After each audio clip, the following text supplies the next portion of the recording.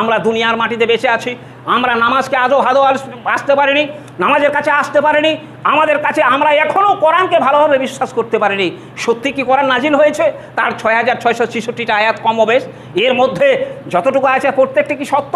অথচ এই কোরআনের আয়াত আল্লাহ সুবহানাহু ওয়া তাআলা আপনাকে আমাকে বলে দিয়েছে জালিকাল কিতাবুল লা রাইবা ফিহি হুদাল লিল মুত্তাকিন।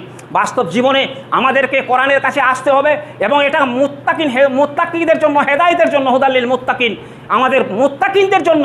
যারা মুত্তাকিন কাদের বলা হয়? যারা হলো সালাতকে কায়েম করে তাদেরকে মুত্তাকি বলা হয়। এই মুত্তাকির কথাটা প্রথমেই বলা হয়েছে, যার জন্য আমরা সব কাজের জন্য নামাজ ছেড়ে দিব, কাজের জন্য নামাজ ছেড়ে দেবো, কিন্তু নামাজের জন্য কাজকে আমরা ছাড়বো না। কাজের জন্য নামাজকে ছেড়ে দিব, কিন্তু নামাজের জন্য কাজকে আমরা ছাড়তে পারবো না। আমাদের মধ্যে এই জিনিসটা আমরা আজও বুঝতে পারিনি যে যথাসময়ে মসজিদে পৌঁছা, যথাসময়ে নামাজগুলোকে সুন্দরভাবে আদায় করা, যথাসময়ে ভালোভাবে অজু করা। অজুটা আমাদের কত বড় কর্তব্য, অজুটাকে কত